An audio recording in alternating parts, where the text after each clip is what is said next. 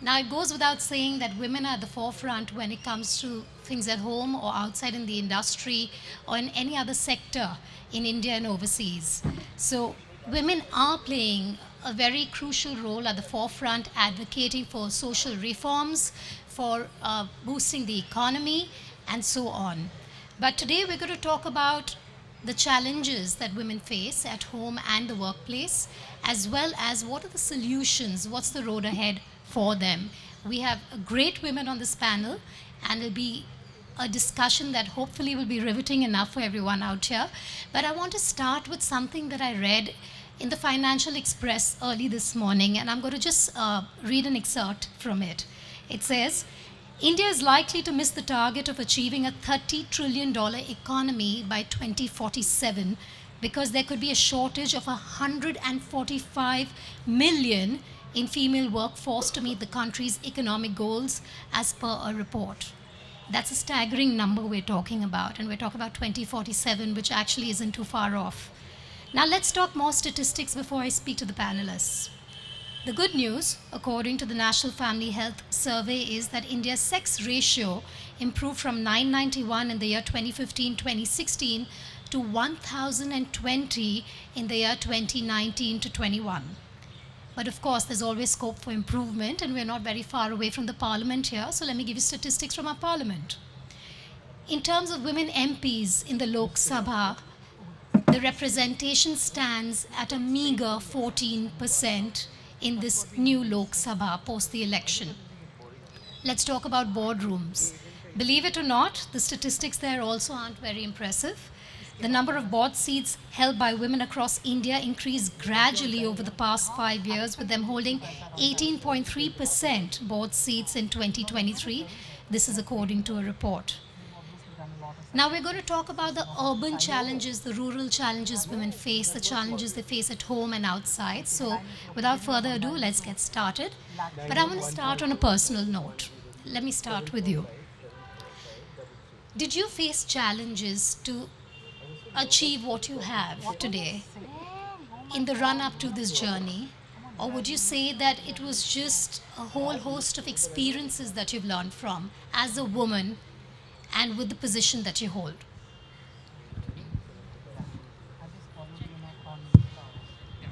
So thank you very much, and thank you to Alekh for having us here and this very interesting topic that we're going to address. I would like to, my take would be that women have always played a very fundamental role in the world and in the social fabric. It's just that now we have this new name of empowerment.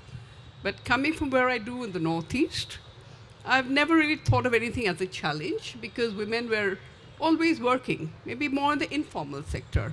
They're now only gradually being recognized in the formal sector. But that has been the case.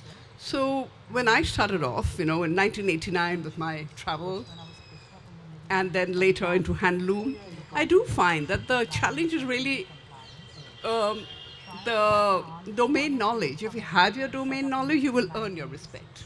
And that's for us in the privileged sector, in the urban sector. But mind you, when you're talking at the rural Assam, rural areas, the women have always been working. Assam's, when I talk from my Northeast point of view, agriculture, as we spoke about, is the largest employer in the country, so it is for the Northeast. Handloom is the second largest employer. And where we are in Assam, it's also sericulture. And to date, it's been 70% of Assam's rural women have always been engaged in sericulture. They have kept that culture alive. They have kept the weaving alive with recorded data from, say, 1228 AD. So that's always been there. But now, thanks to the government, thanks to more awareness, this has taken a quantum leap. And women are being able to be addressed in the formal sector. So though I know you're talking about the very large gap. When I came in as a president, national president of FICCI Flow, the Economic Survey of 2020 said 60% of India's women are sitting at home. True. They're educated, but they're not working. Yeah. But now, so entrepreneurship has become the way the government has addressed it, and that's a very interesting and motivating way forward, which is helping us. Thank you. Krishna, I'm going to come to you. I want to understand from you in this, journey to being where you are today. What are the challenges that you could have faced as a woman? Thank you. Is this working? It's working. It's working. Yeah. Thank you. I am a lawyer, as you know, and I started as a litigating lawyer, and I am a second generation lawyer, but I decided to come to Delhi to practice. So what I found here is that it's a very patriarchal, and it continues to be a very patriarchal profession. Be it the number of judges, be it the number of senior lawyers, etc. And coming from a small town to do it here has not been very easy. So I had to look at the non-traditional path to get there. So today I'm a corporate lawyer, and most of my clients are foreign clients looking into India. So sometimes I do think that challenges that you face could actually turn out to be a good path ahead. So yeah, that's about my work, and therefore I see that when I find young women lawyers, I think it's almost 95% would get a place in my firm now, because I'm so concerned that what is it that they are going to find outside, in Delhi can be quite rough. So It certainly can, yes. So we've yes. got Liz joining us now. Liz, we'll come to you in a moment. You can settle down. I'm going to go to Delina now. Delina, you work with the NCW. You've heard of so many cases in rural areas, in urban areas, of the harassment women face. But does that only come from patriarchy, according to you? Or is there a denial of right for women to go out and work, which is something that they themselves have insulated because of the environment they live in? First of all, good afternoon to everyone. And thank you to amazing Namaste Atulji, who invited me to be here and be amongst with you all. So, yes, to some extent, women are not getting support from their family. This is maybe the first reason for them that they are not coming out, they are not walking. This may be the main reason, because we are talking about empowering women. If we want to empower women, we have to start from their family. We should get their support from their husband, from their father, or even their son. We should get the support from the family. This is the thing that, this restrain women to come outside. Because how will she face the world if she did not get any support from her family? So the main thing is that women should be empowered from her family. She should get full support from her family. You're saying that is the starting point in a way for a woman to make her journey outside her home and beyond. Liz, welcome to the panel. My first question to you is going to be, what do you think is the most significant and most worrying barrier in terms of women empowerment for women? Since I am a journalist, I would like to talk about the lawmaking process here. So, as we know that this equality is actually a myth. We are going to celebrate in exactly from today in a month.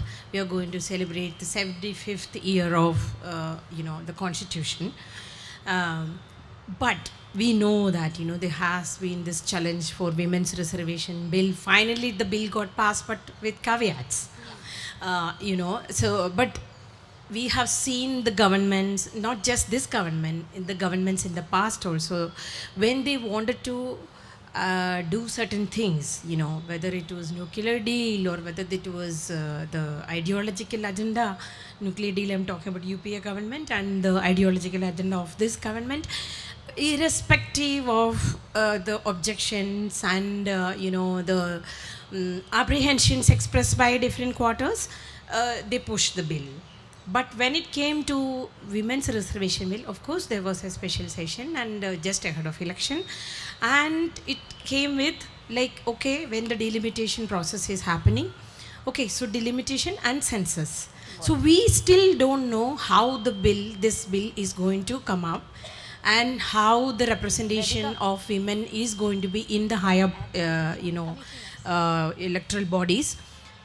So that actually, it is there. And another thing I thought I should talk about is that, sometimes women itself become a kind of hurdle for, the empowerment of other women. Well said. Yeah, Margaret Thatcher, she was 11 years she was the prime minister, and she had 22 members in her cabinet, only one woman. So she thought that, with her becoming the prime minister, the women empowerment, all the issues related to women have been kind of sorted out. So, many women, since I am a political journalist, and I know, how the women leaders, they also don't like other women to come up. So even in offices, we have seen, when a woman boss would be something that you will be, at this age, I'll be looking forward to.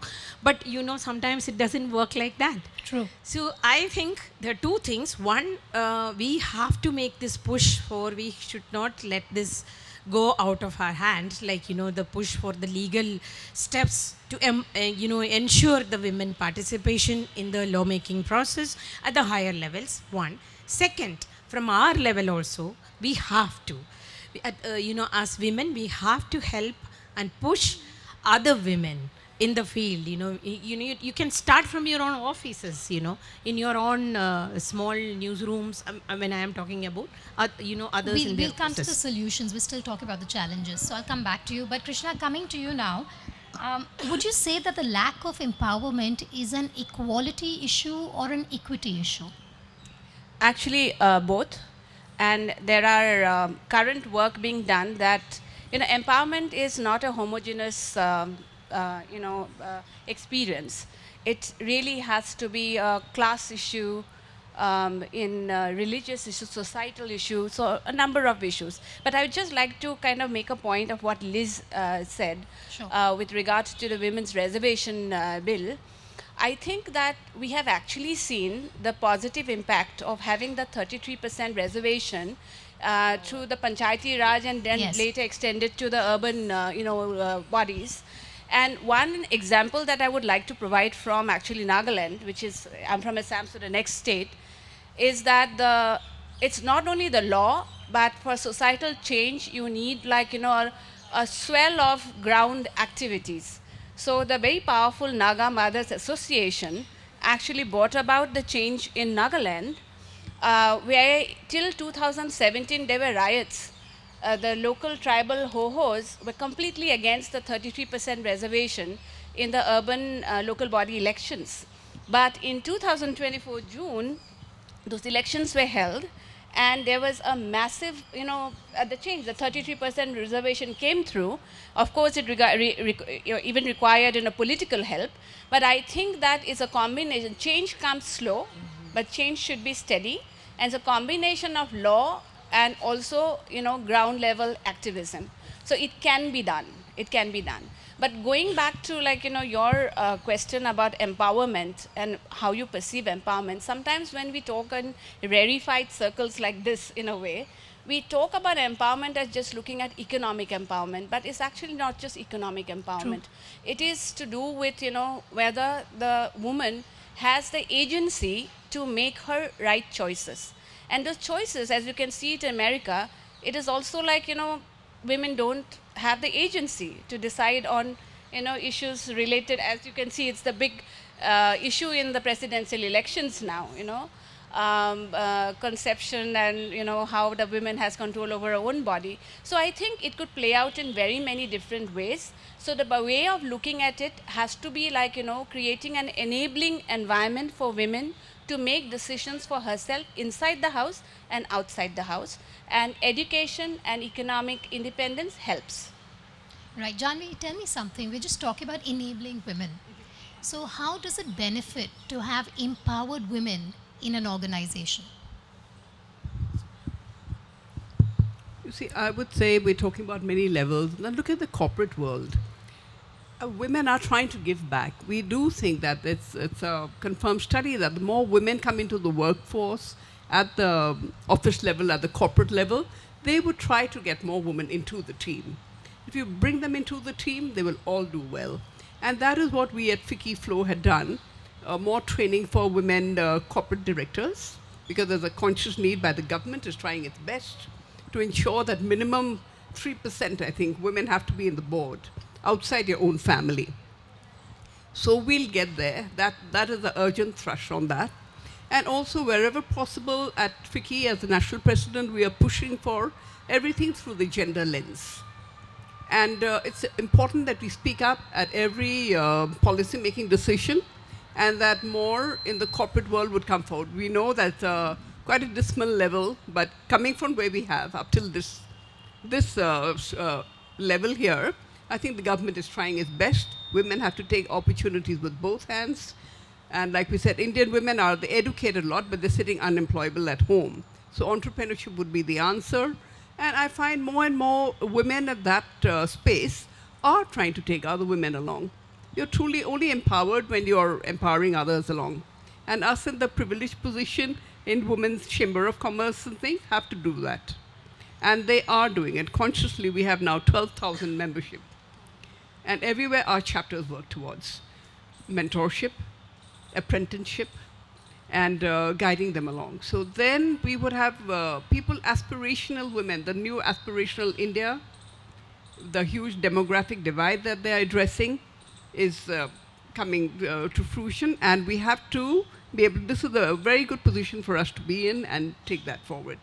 All right. We've spoken about the challenges, we've discussed statistics. I want to now talk about the solutions.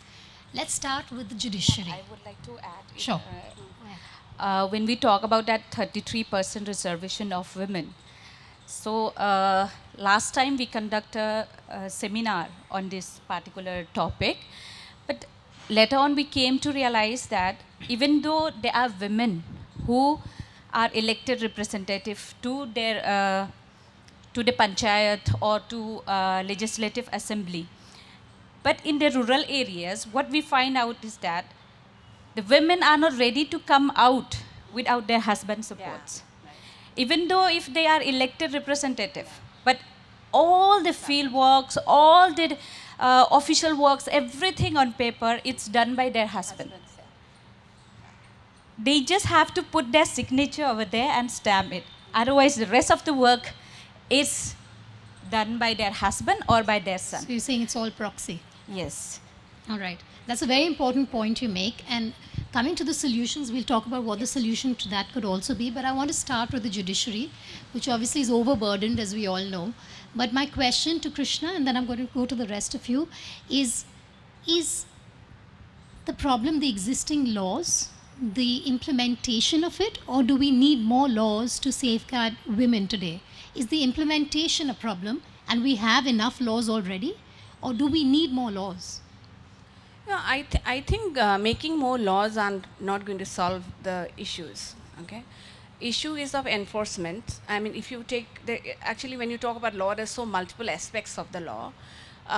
If you look at the inheritance law, that changed. And that changed, you can see it playing out in families now, that any daughter who was married after 1956 has equal right over property. So that's a positive thing. Now, how does it play out is another issue. One other law, which actually in our context now is very topical, is the rape laws. Okay? The moment in criminal law you make it, more punishable, say by capital punishment or more than 10 years, the evidentiary value becomes that much more higher. Okay, so it's like in civil law it's preponderance of evidence. In criminal law it's like without any reasonable doubt. So the stakes become so much higher that enforcement becomes that much more difficult. And it's the police that needs, I think, especially in a Mufassil town or a smaller town, especially in areas, not necessarily in our areas.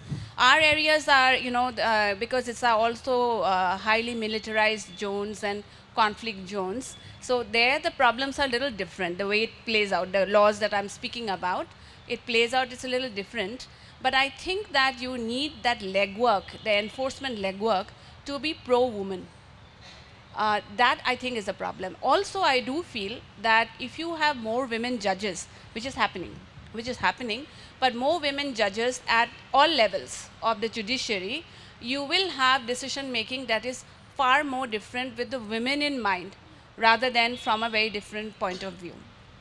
That is, I think, an aspect that is getting attention, but even I would say it's not more than 10% women who make it to the judiciary at all levels. So I think these are systemic things that need change, and these changes don't happen from the top up. It's also from the bottom up, unfortunately. So the bottom up changes is something that I think requires a change of mind, a change of perspective of how you look at things, and you cannot superimpose extremely feminist thoughts in a highly patriarchal setup, which is what the problem is. So coming to you now, you're part of the NCW. So what I want to understand from you is something that Krishna just mentioned, which is there need to be policy reforms when it comes to the police. There needs to be sensitization. You would have encountered that many a times. There are cases that come to you where there seems to be a bias also against women, against the gender, because of which challenges crop up. So what would you say are the policy solutions to this? In this matter, the system has been going on from a very long time. And to remind all of us, our society, our Indian society, is the society that has been empowered women since long time. We have seen many lady ruler like Ahilyabai Holkar, like Jijabai and all those. There are so many women who are already empowered. But in recent year, we face this type of gender discrimination, yes, among the police, among various systems, various authorities also we found out this. And from our side, from NCW, we have that particular cell which deal with gender sensitization.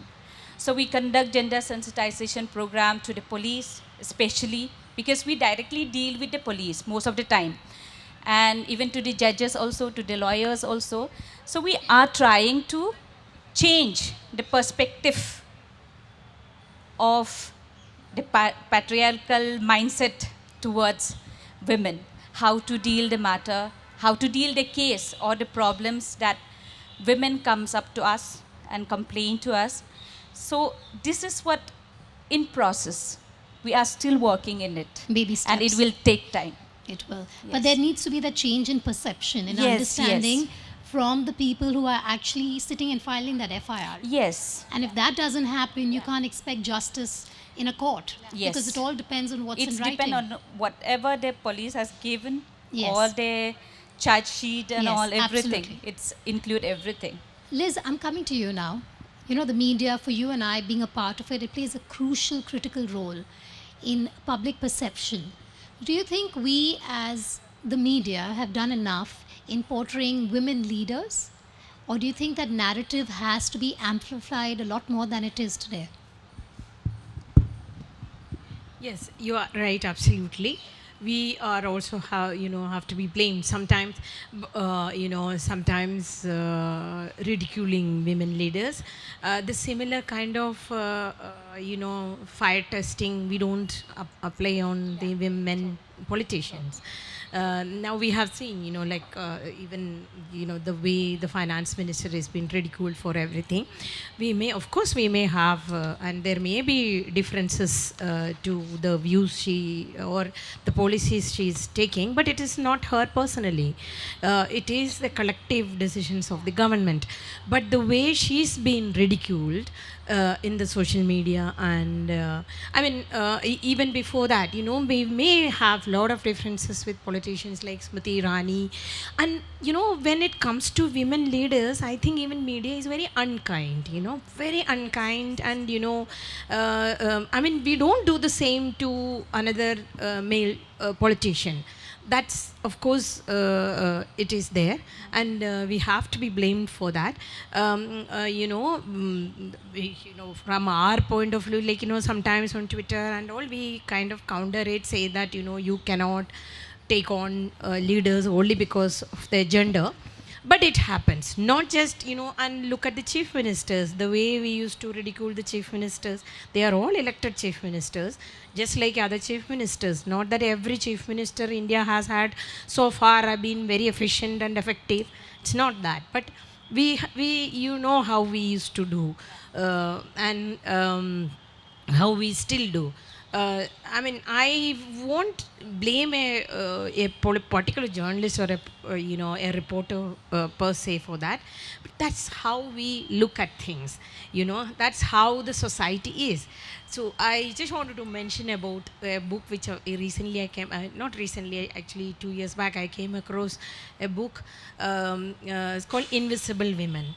It says that in the history, like if you talk about women, right from the setting the room temperature, to the car models, to the medicines, to the car seats, to even the timing for in the Western land, Western countries, the snow clearance, everything is not keeping the women in mind. All right.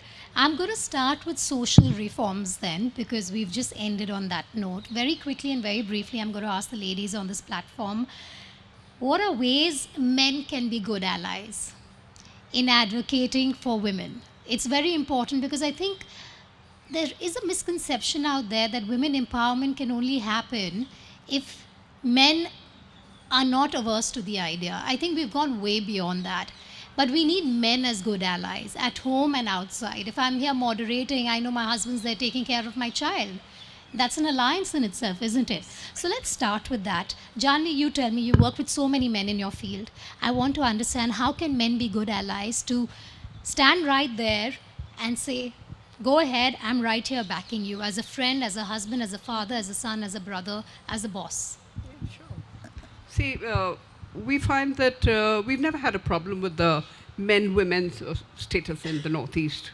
Men We're have talking always about India. In general, Right. in general. We love keep that you don't forgetting. have it in the Northeast, but I do. Yes, it's very important, because we are a shining example. Of And I course. would like to tell you that I think men are great to go together. And if you would listen to them, and they would also empathize with us. On a different context, let me tell you. When we were talking about the human trafficking that takes place in Assam, this woman was trafficked and in a brothel in Mumbai. Her husband brought her back. But it was the society who was trying to ostracize him and his wife. But the women's organization took him as the champion. So he came as so we have to champion such men. Champion men who speak up against patriarchy. Absolutely. So that is the way I guess the rest of the India has to do. yes. Champion them. And why do we need to listen to them anyway? We are pretty much empowered, and we have always been working in the Northeast and the rest of Eastern India, I would say. But the men champion whoever is doing that. And it's up to the women also to raise your sons as you would respect your daughters, to respect them. It's up to us finally. True. Finally, I think it's women who are the pivot of all society. It's up to you all to find it in your respective areas. Delina, I'm going to ask you the same question before I move on. How can we make men good allies? Okay. To share my personal experience, actually, I am here also because of my husband. I live in Delhi alone, but my husband is taking care of two of my kids there in Meghalaya. So, yes, as ma'am said, it's totally depend on us, the mother, a woman, a sister, how to raise our son, how to teach our brother, our cousin brother, and everyone who are younger than us. Because we can teach only those who are younger than us. Otherwise, those who are elder than us, they will say, तुझे क्या पता? तुम तो मेरे से छोटे हो. Then that's why we, each and every woman, we should take that responsibility. We should realize that it is our priority to inculcate good value to our son, to our children, to our younger generation. So this is the things I think that will change, in the future. I believe we're running out of time, but just 5 minutes more, please, if you will bear with me. I want to get to the corporate and then to the government level as well. Krishna, asking you, at the corporate level, what do you think are the changes that can be brought about to see more women in boardrooms, to see more women bosses, to see more women employees? I work with a lot of companies, and I find that, the entry level is okay, but when children are born, most women go out of the workforce. Even if not completely go out, they are not competitive in the workspace for a few years, which is what women have to do. It's their role to play in society. So there must be some way of, one, if they have gone completely out, to get them back, and second, there's some sort of flexibilities provided where they can come in like 2 to 5 years to back to where they should have otherwise been, rather than start at much lower level. So I see that as a problem in companies. When it comes to choices as to who will become the managing director, I often find that the men win. And that is because the boards are, unfortunately, very much like too many men, I think, everywhere. So there has to be a conscious decision, and I find that in the larger companies it has become a big thing now, a mantra almost, that there has to be diversity. So diversity, even women are in the diversity category. I feel that we shouldn't be in the diversity category. We should be there because we are capable, and able to do that. So I do think that in boards it must be made mandatory to have a certain percentage of women. All right. And Liz, last word with you before we wrap up, which is, how can the government ensure economic empowerment of women? I'm just referring to the Women's Reservation Bill again. We have a minister who said that will not come into play till the next census is out. God knows alone when that census will be out. The last one was in 2011. So how can the government help invest that faith in women, saying we're there for you, we want you to walk ahead, we want you to be shoulder to shoulder with men and beyond? See, that's one thing is the legal steps which we I mentioned. There are enough law, legislation is there. Like what the government has to do is the enforcement, and also an awareness. See, I have seen this Bachao, Beti Badao campaign. Since recently I have been traveling. I keep traveling for election. Even in villages, I have seen the difference, how the fathers take care of children. I have seen, in the buses and all, they do take care of the daughters and their interest. And even the lower strata of life, I have seen that. I am not saying it is only because of that campaign or some one particular campaign, but that awareness, there is a conscious effort from the governments, not just from the center government, also the state governments, to create that awareness. You may have seen in the behind these auto rickshaws also, you say that I am a proud father of a daughter. So that helped. So I think the government, one is the enforcement of law, two, the awareness programs, the ministers, the right from the top to the bottom, everybody has to talk about it, and they have to show in their actions that they respect women and they are part of the society, and the equality is not something that they are just asking for out of greed, but it's their right. That's a very positive note to end on. If I have a minute, I'd written a poem last evening on women empowerment, and I'm going to read that out. It's a tribute to everyone here on stage and out there and beyond. In fields of science, art, and trade, women rise, their voices made. With strength and grace, they claim their space, yet shadows linger, a slow embrace. In boardrooms bright, their dreams take flight, but whispers of doubt still dim the light. Patriarch's hand, a weight to bear, in every triumph, a silent snare. Juggling roles, the home, the grind, in quiet corners, their dreams confined. A moment's pause, a wish for peace, to breathe, to be, to find release.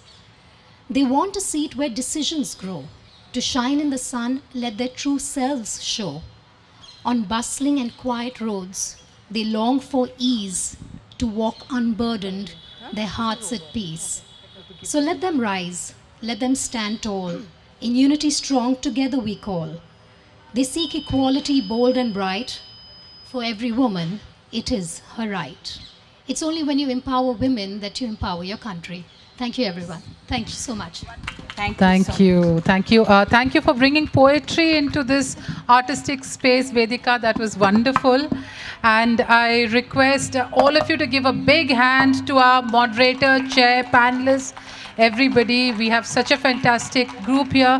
And I request the volunteers to do the honors. I think the media has a critical role to play, because what Liz said, when she traveled throughout the country, she saw fathers, men looking after their children. The nurturing is already happening. Guess what are the stories that get covered mainly in the media? All the dysfunction. Why don't we cover that which is functioning, that which is working?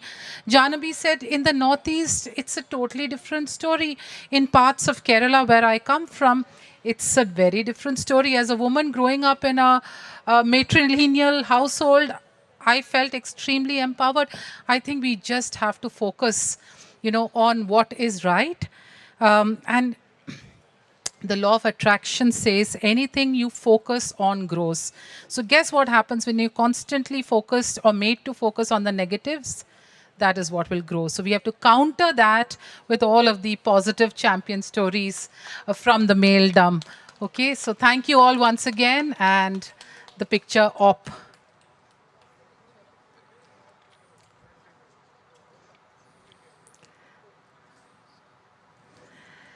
They've definitely got the gender balance right in these Alekh panels, I have to say.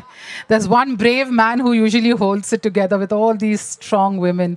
More power to all of you, Atulji and Sonam and so many others, yes.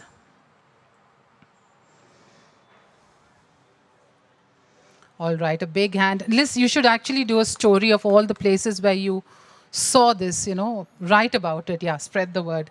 All right, thank you everybody once again. We'll take a 2-minute break and move on to the last panel for today, which is the culinary story. It's about food. How can we do culture and art without food? So